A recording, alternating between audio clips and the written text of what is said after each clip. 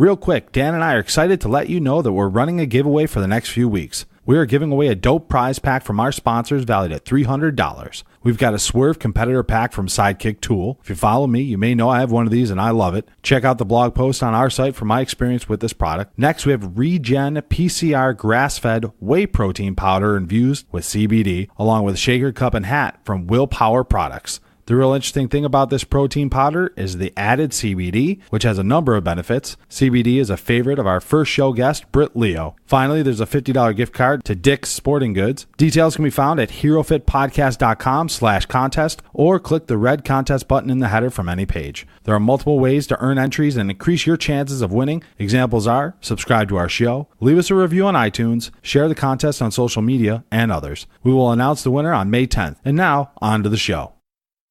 From an educational standpoint, people do want to learn. So why not give them good information so that they're armed with that going out into the world? Because my God, you Google stuff into, you look at WebMD, you might have a mole or it could be cancer. I mean, that's a big range there. So I say, let's just give them something. Why not let them learn? Let's teach them something good that is somewhat valuable. And then, of course, sharing training in other aspects of my personal life. I think it also helps empower people to know that they're not alone. If they're struggling with anything or they've had any hardships, that you're not alone. There is someone out there, and maybe I can give you a voice or some kind of assurance that, even some of us that look like we got it all together, we don't. We're always still trying to figure it out. None of us have it 100%. Podcasting from somewhere with protein shakes and no yearly membership fees. This is the HeroFit Podcast, the show that talks about the ins and outs of fitness, nutrition, and anything else that might get you feeling like a hero. Ladies and gentlemen, please welcome your hosts, Nick Stutzman and Dan Weber. Hello, and thank you for tuning into the HeroFit Podcast, where we love to talk fitness, nutrition, and ways you can level up your health and wellness. I am Dan Weber with my co-host Nick Stutzman. Today we are joined by Dr. Monica Harden. She's a doctor of chiropractic medicine and a powerlifter from Orlando, Florida. Dr. Harden owns her own chiropractic office and is also a teacher for the Prehab 101 seminar created by her husband. She treats workout enthusiasts and athletes of all ages using rehabilitative exercises, myofascial release, and chiropractic adjustments. Today we're going to talk to her about her treatment approach, her experience competing in USA PL powerlifting, owning a business, being a mom, and much more. Monica, welcome to the show. Thank you, guys. Thanks for having me here. This is my first podcast, so let's have some fun. Yeah, well, welcome to the show. And kind of starting us out here, bring us up to speed with why you're here in Toronto. Sure, absolutely. We're here teaching a course, Prehab 101. We'll be hosting it tomorrow and I want to say Sunday as well. But also prior to that, we're here doing this podcast. Yay. And then we'll also be speaking at Physio Night Out. So I'll be speaking about exercise and pregnancy, which is something I get asked about a lot. So that is why we're here in Toronto. And to kind of bring it back, even, so beginning your schooling, stuff like that, what kind of got you started in this area? In this particular area, do you mean like chiropractic or? A little bit of everything. How about that? A little bit of everything? Start off, Okay. Well, I guess I've always been a tomboy, so I've always enjoyed being outside, playing in sports. In particular, soccer is the sport that I took to and played that probably the longest.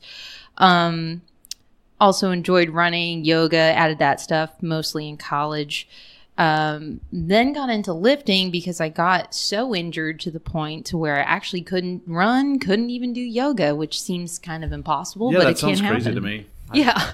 I've been to the point where I couldn't run, so I know what that's like. Oh, that was bilateral plantar fasciitis that got me there. That sucked. And see, now for me, I'm not that flexible, so now I'm trying to turn to yoga to become flexible.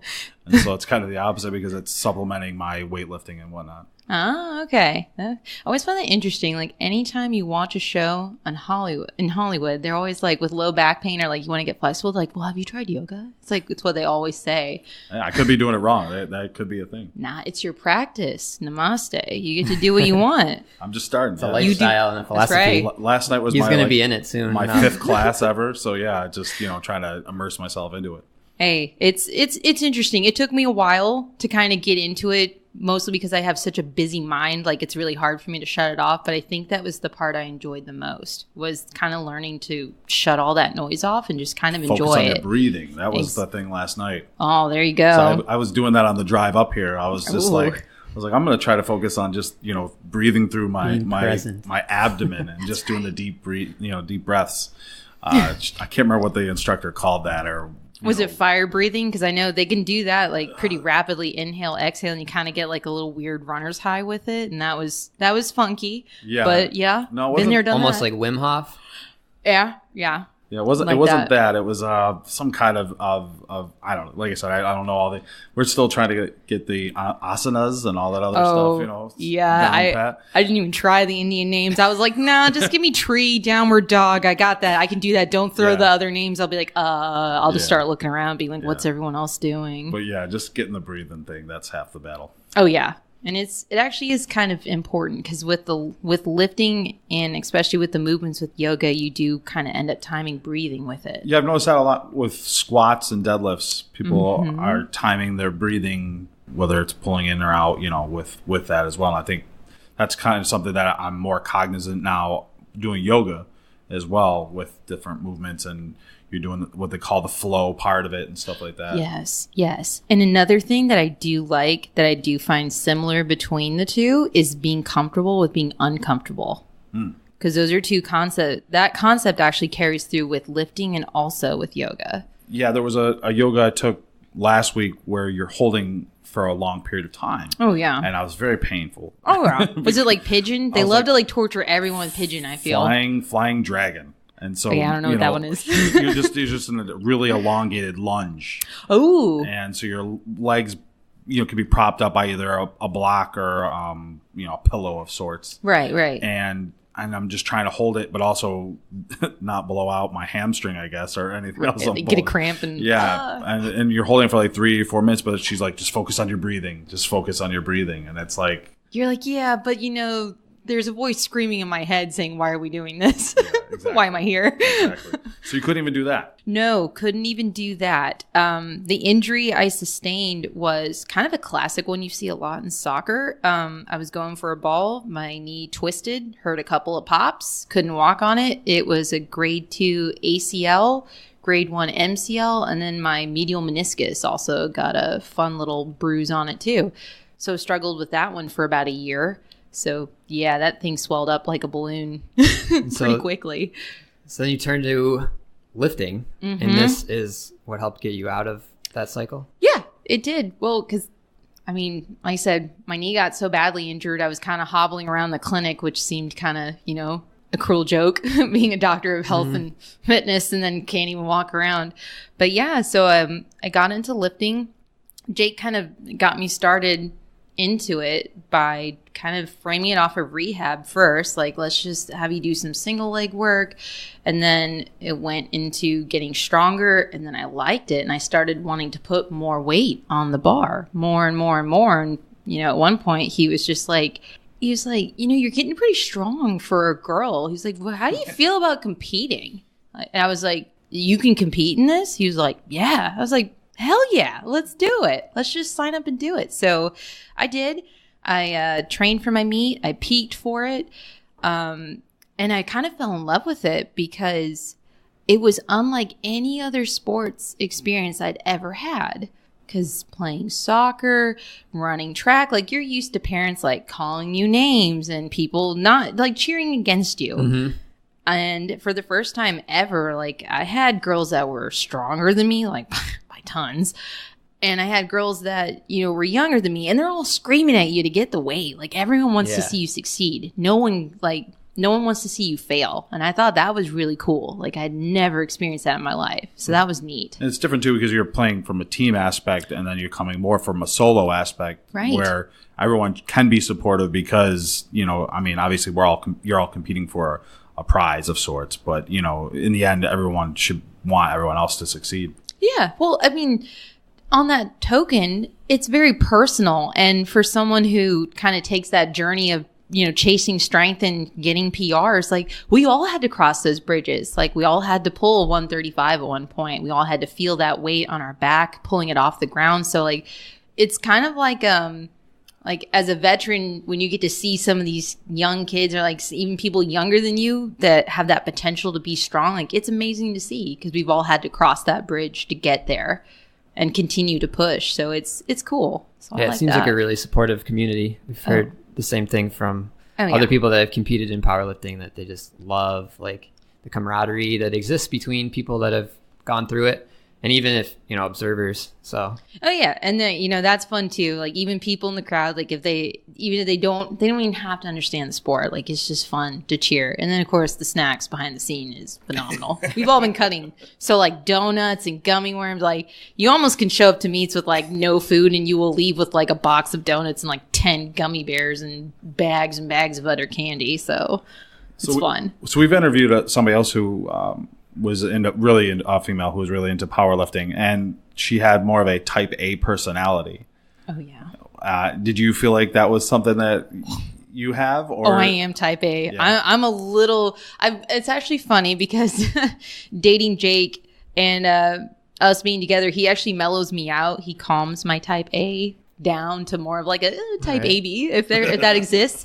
But yeah, I'm very type A. Yeah, type A-ish. But I think you kind of have to be, especially when it comes to powerlifting, because you are doing the same training program again and again and again and pushing the weights a little bit more. And then even every time you think you have your perfect squat stance, you have your deadlift setup, you always have to go back to the basic and kind of refigure and reshuffle things around because, I used to pull conventional and I had a couple back strains. Now I pull sumo and now it seems weird to go back to conventional. So nothing's ever 100% set in stone, which is why I think you have to be type A and in love with the process again and again.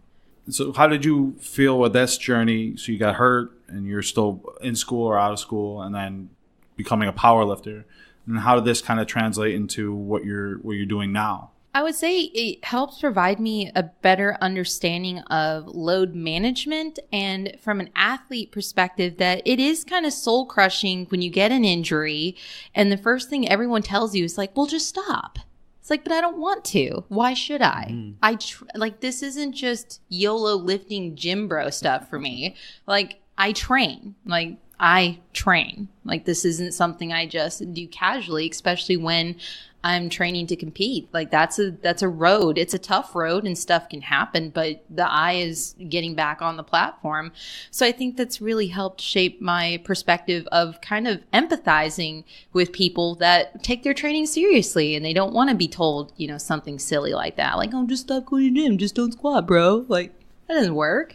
So you're trying to break down that myth and help people who have been in that situation get back to lifting heavy, training hard. Yeah. Exactly. Or doing so while managing an injury, perhaps. Yes. And it's actually something I hear a lot. And it's not always like the hardcore people that are like, oh, yeah, chest day every day. It can just be the people who just want to get in there and just get it done and just do it for their health and wellness. And that is completely a perfect goal too. Like you don't have to be pushing performance to benefit from it. So I'm kind of here to just manage that for you and help you get back on track and not let these injuries necessarily slow you down. Actually, it's all about finding a workaround so that you can keep doing what you want to do and then get better. And so how rewarding has it been to do this, in your practice and in the seminar that you're now teaching? And, it seems like you're getting really great feedback from people.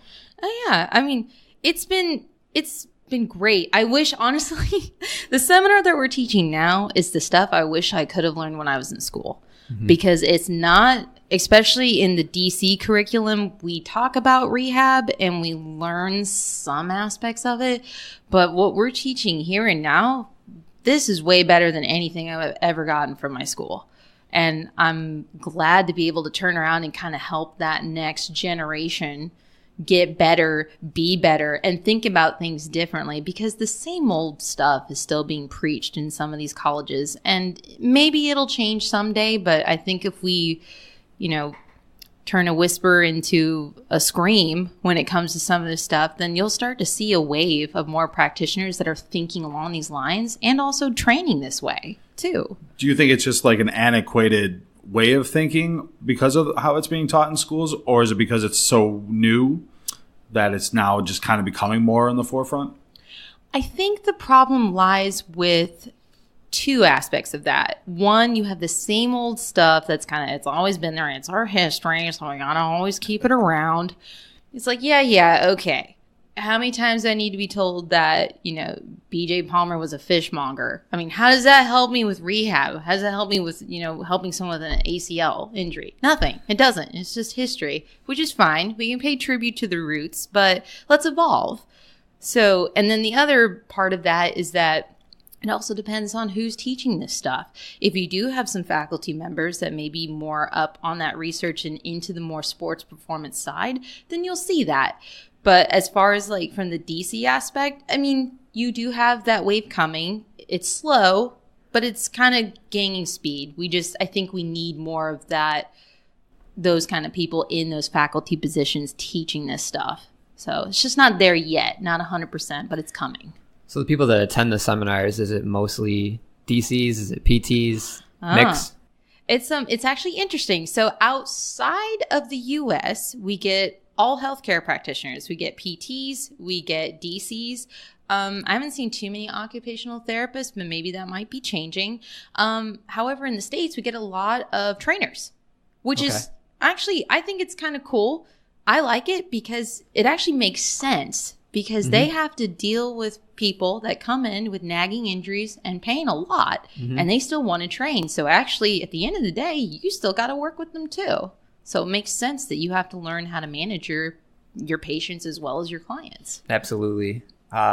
It's interesting because I've had a bunch of injuries. I've gone through PT and come out a better athlete on the other side. Yeah. And then thought to myself, like, I wish I could hire a physical therapist to be my personal trainer. Oh yeah. And that's not what they're in the market for. So yeah, that when you find someone that actually can try to mix the two, almost, I think it's brilliant. Oh yeah. And I mean, and the cool part is that I have met some personal trainers that make me feel like I need to step up my game because they're phenomenal in how they coach and how they teach and set things up. The education has exploded in that field, I'd say, in the last 10 years. Which is awesome. Yeah. Which is really good to see. Because I think at the end of the day, we are really all on the same team because it's all about that person and whoever along that path, like whether it's me or your personal trainer, whatever, we're all on your team. Right. And we're here to see you succeed. So that's the way I look at it. You're balancing, moving around, traveling, and these seminars, but also becoming a new mom. Yep. I have a son who's 14 months going on 15 months now, and he is just way too smart and growing way too fast. I can't keep up with him. I'm going to literally have to start incorporating cardio because he can walk now. So all bets are off. And he can unlock doors too. So, that's also fun. He's a sneaky. Oh, he is. He's smart. I actually have to be very careful opening things in front of him because like anything as you learn as a parent, when your kid goes quiet, only one of two things are happening. They're either about to scream and cry or they're actually studying you. And he studies me a lot when it comes to like unlocking doors and this and that. He'll just go quiet and watch you. And I'm like, this is creepy. I don't like it. So he studies you. Yeah. I actually am curious. Do you study him? Because I would imagine that a young child is maybe they don't have as many bad habits, or maybe like you want to keep that like mobility, I guess, like as long as you can in a sense. But do you learn like about human movement from? It's fun to watch him. Like you can watch him drop into a perfect squat, but to some extent, like I think the downside of having a parent who is heavily invested in all that and knows too much, you're kind of like, yeah, well, your head's a really big counterbalance and you're going to lose that eventually. And then you're going to have to struggle like the rest of us to nail that squat with some weight. But, it's fun actually to watch him learn. A little bit of a side note that most of my background actually when I switched my majors at Purdue from biochem pre-vet to movement sports science, which is kind of like exercise physiology. I don't know why they call it movement sports science. It sounds so vague. Whatever. Anyways, a lot of it was child development. So I read a lot of research papers about how babies learn and perceive the world, and they're actually it's interesting, freaking amazing. Yeah. They're sponges. And then at like 3, they lose it all. Yeah, maybe. Yeah, I don't know. I don't remember much from that age, so who knows? Becomes unconscious. Yeah, right. So, kind of going more for today with the Prehab 101, obviously your husband being involved with that, but, how did you carve out your own niche with it? Well, I take more of a supportive role, as in I assist, as in I'll sometimes have to demo some of the exercises, but then I also go around the room and deal with people's questions, answer any questions they might have with some of the exercises, or kind of more like getting presented with case studies. And the thing that I find the most interesting is that as time has gone on, I get approached more and more by women who are coming into the course, which I'm equally happy to see the female practitioners step up and come to these courses. But I do tend to get asked a lot of questions that are centered a little bit more around women's health and pregnancy and all that, because I did kind of put myself out there on Instagram as, the pregnant lady doing stretches and weird stuff. Like, well, okay, she must know something. So, all right, let's talk to her. Yeah. How does that, I guess we'll kind of, talk about that. Social media. How has that, affected your life and changed the way you've, kind of dealt with not only showing your workouts, but, kind of being very personal with everything? I would say it was, it's not something I would have guessed I would have ever done for myself, because I do tend to be a pretty private person, actually. But I've grown to like it. And I think it's actually empowering, because the stance I've taken with sharing this is that from an educational standpoint, people do want to learn. So why not give them good information so that they're armed with that going out into the world? Because my God, you Google stuff into, you look at WebMD, you might have a mole, or it could be cancer. I mean, that's a big range there. So I say, let's just give them something. Why not let them learn? Let's teach them something good that is somewhat valuable. And then, of course, sharing training and other aspects of my personal life. I think it also helps empower people to know that they're not alone. If they're struggling with anything or they've had any hardships, that you're not alone. There is someone out there, and maybe I can give you a voice or some kind of assurance that, even some of us that look like we got it all together, we don't. We're always still trying to figure it out. None of us have it 100%.